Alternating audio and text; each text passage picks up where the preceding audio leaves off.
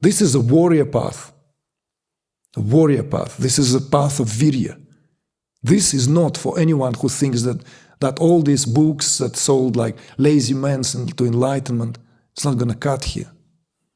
You have to pick yourself up. You see? You have to test yourself all the time, constantly.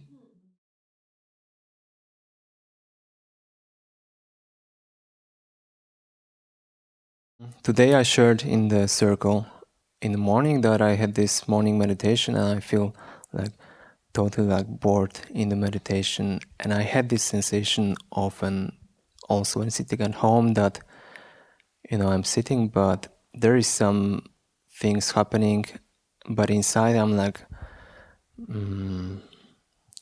yeah, just this boredom, that's what I wanted to say. And then it causes sometimes me like skipping the meditation because like what's the point? But in the back of my head, I kind of know that I need to just push through it. The question is what would that be? Is it some kind of phase? Is it some kind of like, am I just being lazy? Is it something that I just need to tweak in my sadhana to kind of get out of it so it doesn't feel so flat anymore? The sadhana feels very like repetitive over last, 1.5 years, the same movements, same kind of like vocalization, same things bubbling inside. There's just this progressive, maybe more silence happening, but still it feels like being stuck. So that's what I wanted to share and get your perspective and pointers. Okay, so let's look at it from two respective perspectives. Let's look at it from the perspective of how collective field influences each and every one of us, and how our own, let's say, life, wherever we find ourselves, is in a way playing to certain tendencies. So, before, let's say, saying simply yes, it is a sign of laziness, just as that rotating qualities of sattva, rajas, and tamas, when we are given to tamaguna, if we indulge in that, it will bring the very qualities associated with it.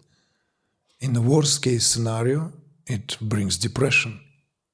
Depression is that deep viscosity of tamaguna. You see?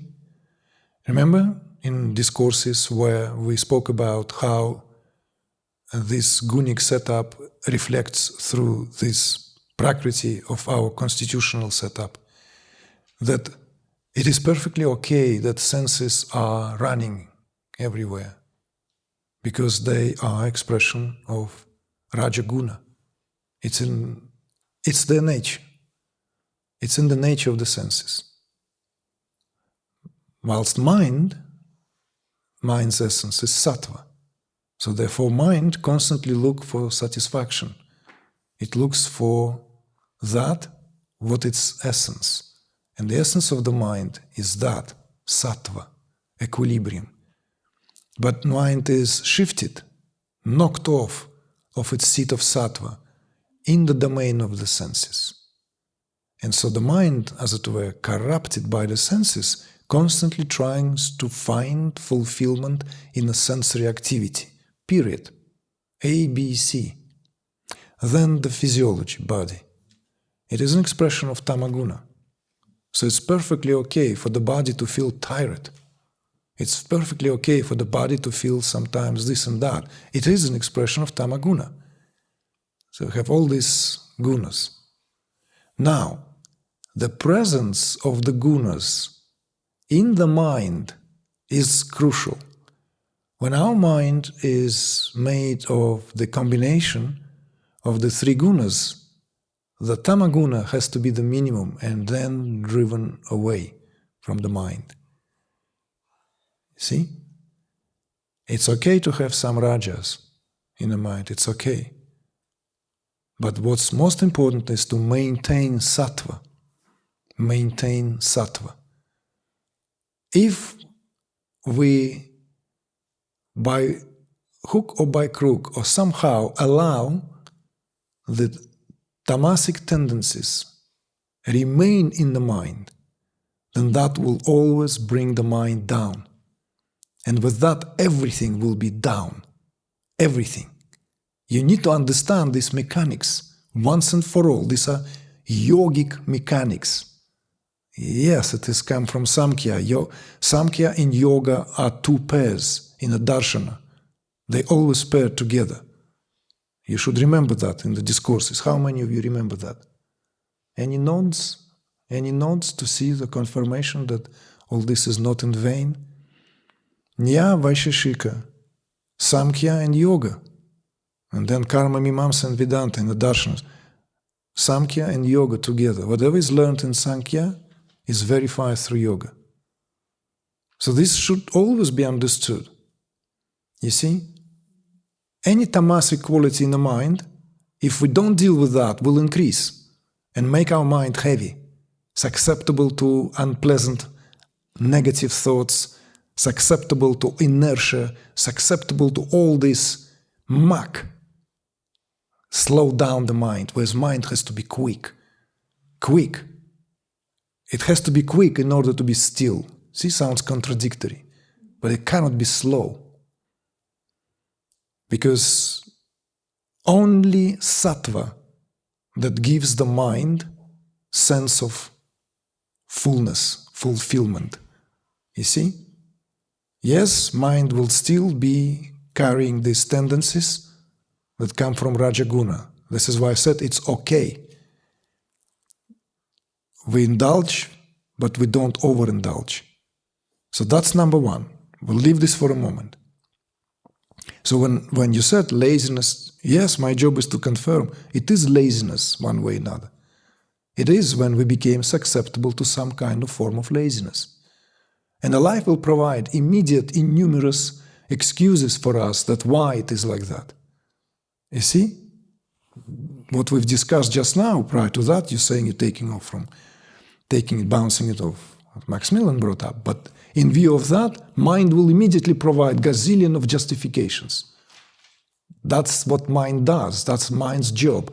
Justifying everything. Doubting everything and justifying everything. Let's put a pause here. Collective influence of collective consciousness. So let me first lightheartedly say that don't worry about it. You don't want to meditate? Join the gang. Nobody meditates anymore. The wave has passed. You see? The whole hype, the wave has passed. No one wants to meditate today. And there are plenty of teachers who say meditation is a waste of time. Teachers out there say meditation is a waste of time. I'm even now thrown in a feed Russian YouTube. This woman, she's followed by, I don't know, 5 times the number of subscribers, like 100,000 subscribers. And all she does is this, like, videos, like the latest was thrown into my feed. She just says, you don't need to meditate to be happy. Just, let your life be meditation.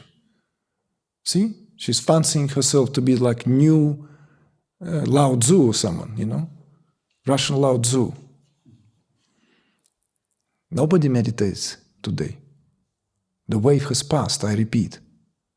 The whole world is in fact, in tamaguna, in deep ignorance. Really. You have to understand this. These influences go rampant. These influences in the collective. In the 60s, there was tremendous opening. Tremendous opening. In the 70s, people completely changed their lifestyles. They took off. I spoke about it so many times. They experimented. They risked everything. The middle class in the United States, North America, Anglo-Saxon countries was the strongest. Europe in the 60s was a strong economy, with Germany in its lead. All these teachings took hold in the Western world. All these big movements. Where is it all now? Where is it all? Sadhguru, he's only followed in India by Indian folk. It doesn't matter, everyone knows him and every celebrity. He goes to the States and schmooze around there. It doesn't say anything. There's no Western audience that follows his teaching. A handful of people. What am I saying? Are you reading between the lines or are you reading the open text? We now at the very different wave, very different trends. You don't do nothing now. You don't need to do nothing. This is the message. See? So, disillusionment, jaded seekers, all this. Therefore, direct path is it's the hottest thing. Everyone wants direct path now. Nobody wants to do this nut house, this mad house. Nobody wants this. Direct path, I want direct path. I want to leapfrog into Brahman from this mess. Because I am already that. And every teacher of any merit, of any true following, can been saying that for the last fucking, excuse my French, 30 years. See? So there's nothing new you're telling me now. You're subjected simply to that virus, that's all. And that slow down, that tamaguna, catches on that what is in the collective. So this is why the message now differs here. This is a warrior path. A warrior path. This is a path of virya.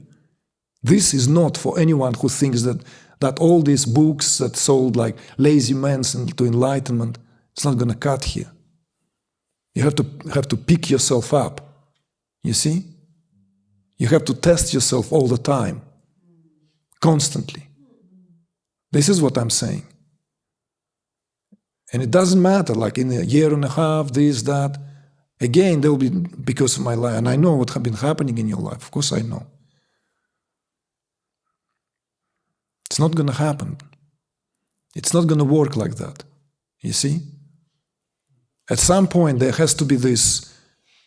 You either completely surrender yourself in unbelievable way that only some women can do.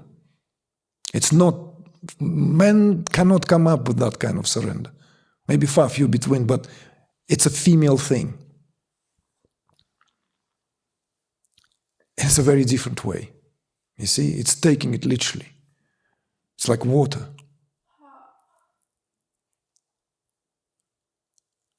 But being in a male body, with all that what is now crisis of masculinity, when every man is being kicked in the groins all the time and undermined at every step, and the opposite of that is like pumping the iron and looking like a balloon, Michelin man, you know, or another kind of like, you know, a killer machine. No. But this is a path of virya, a path of discipline. So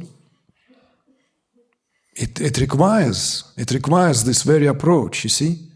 That's why my message has been a bit more, I would say, like, because, well, quite frankly, since that UK small, tiny immersion, when some of your team members joined us and remained with us.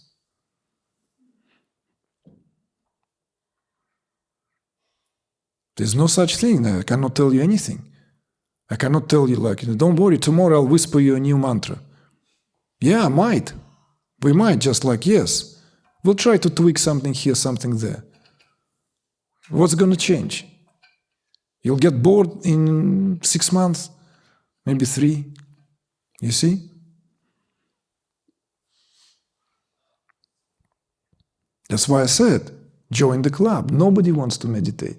It's a waste of time. I'm telling you, it's a waste of time. That's what everyone says. In a variety of ways of how it comes across. See? Some teachers have been saying this, walk on the beach, do the washes, walk your dog, make love to your wife or your lover, and that's your meditation. Fantastic. Let's see where it takes you.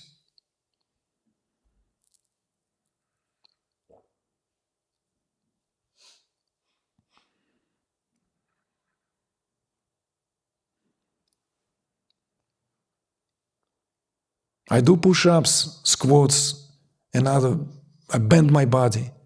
I'm nearly 60. Why? I could take it easy and grow a little bit of a belly. Why not? If I go to Uzbekistan now, everyone thinks that I'm under-eating. In my homeland, people will look at me and think, poor man, at his age, nothing shows here. He must be living a tough life. Wife probably doesn't feed him. I mean it. That's cultural. I don't look solid enough.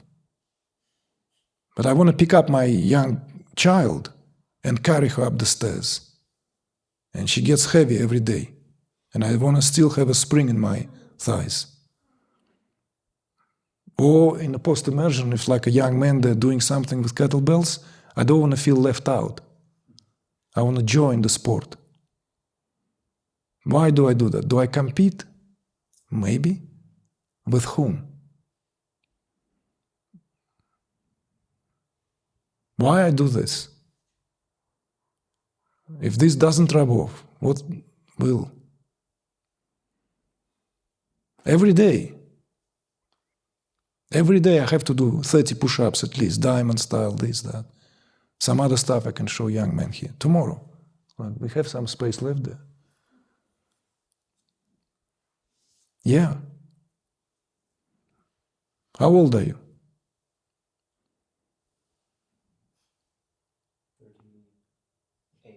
38. So 20 years younger than me. I'll beat you in an arm wrestle within a minute. Just like that. Boom. You see? What am I saying now? What am I doing now? Are you following? There are certain things men do without asking. Without asking. The samurai doesn't eat breakfast until he's done something, because it's not in the nature of a true man. A warrior doesn't stuff his tummy because that's not the way of life. You do something first, deserve it, then sit down and have your cup of tea. The same way with the spiritual practice. It has to become your second nature. Do you shower only when you smell like a goat? Any of you? I'm just curious. I mean, no harm if you do, then forgive me. I breached some kind of like privacy here. Do you see what I'm trying to say?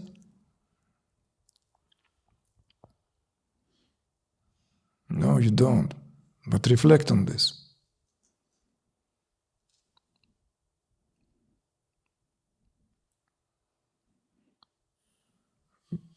This is not, life now is very different. It's like you have to summon up that spirit and do things, you see? Irrespective. Or you get angry, but don't get lazy.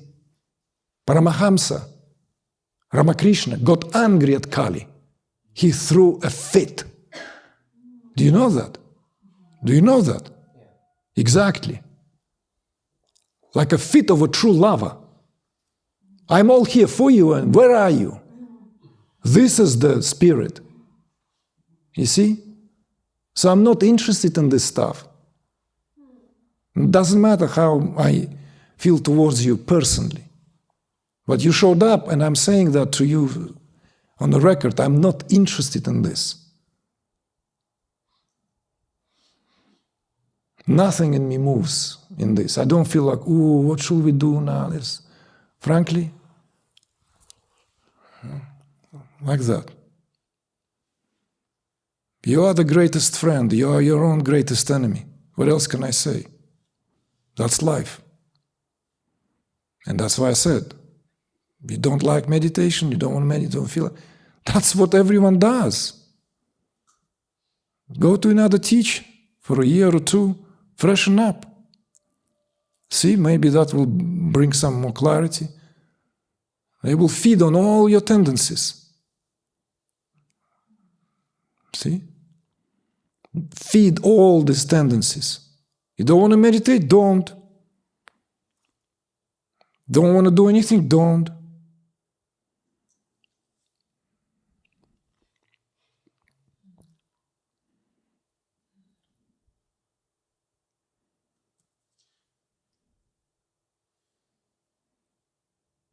So sharpen up your act, man. Okay? Stop wiping this saliva everywhere. Sharpen up. You understand? Do you understand what I'm saying? Yeah. You showed up. I told you, we had these interactions how many years ago? This, that. Born to a shlachta, you bring yourself to your own nobility.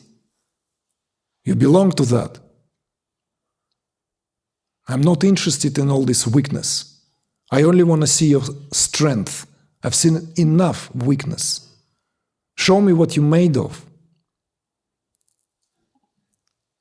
All these complaints will fizzle away. Trust me. This is the time. We will not be given another time. See? We will not be given another time. This is what I said already, immersion after immersion. Everyone is assembled already. There's no such thing like decision to be which part I want to build. No, it's done. It's done. It was some times ago, it was still in the process of some polarization. Before union, there is complete and utter disunion. And this polarization is contrast. This is what we are facing. So you have to be strong in every way.